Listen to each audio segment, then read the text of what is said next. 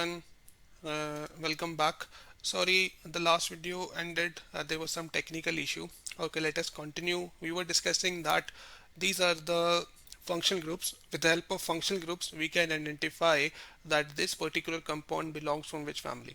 Like if I give you the example and I ask you which family it is, you just want to look at the functional group.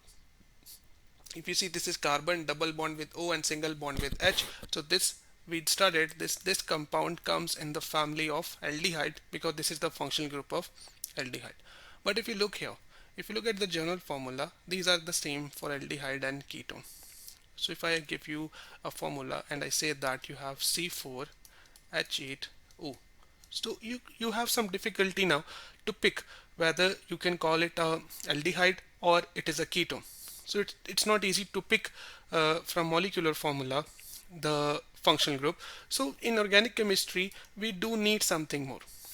In inorganic chemistry we have, like for example, in inorganic chemistry we have Lewis structure, we have empirical formula, we have molecular formula, which are like good enough for us.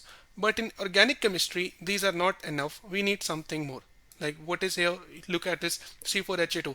Is it an aldehyde or it's a ketone? It's very difficult to pick from this one. So we need something more, and that something extra in organic chemistry is termed as structural formula. Structural formula. This structure formula is of three types. First one, it's called full structure formula. This is a formula which will show you all the bonds. We call it full structure formula. Then we have the second one, which is called condensed structure formula. This will not show you all the bonds, but in this one we just separate the carbons. And the third one is called skeletal formula.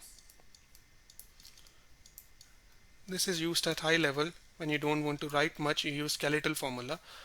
This, see here, this is full structure formula. This is propane. Propane means ane. Ane is the suffix of alkane, so it means this is an alkane. Okay, look at the full structure formula. Full structure formula shows you all the bonds.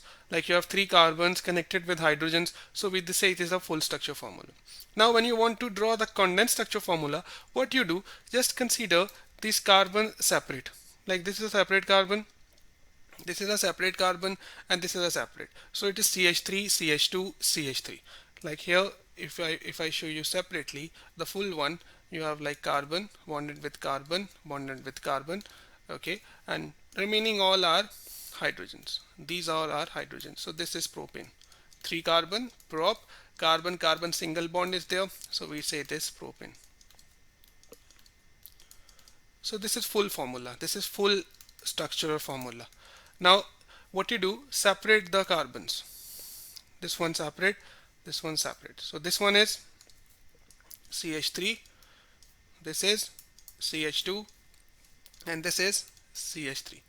This formula is called condensed structure formula. Condensed structure formula. And the third one is called skeletal formula. What you do, you have three carbons, so make three corners.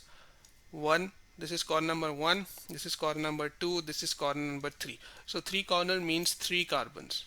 And this is like for alkane, we have, because alkane is just single bond, so what will be the structure formula, skeletal formula of propane? Three carbons.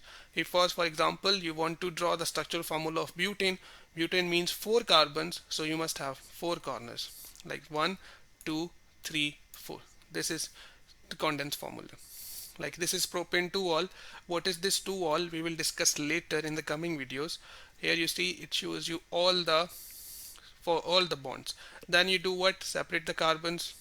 This is CH3, this is CHOH, this is again CH3, so you get the condensed formula. And for the skeletal formula, because the OH is the second carbon, so I have three carbons, I make three carbons and connect second one with the OH. This is called skeletal formula.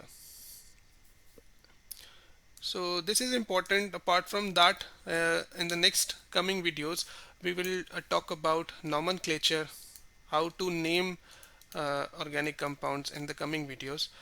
For that you must know what we have done so far. It's very important to understand.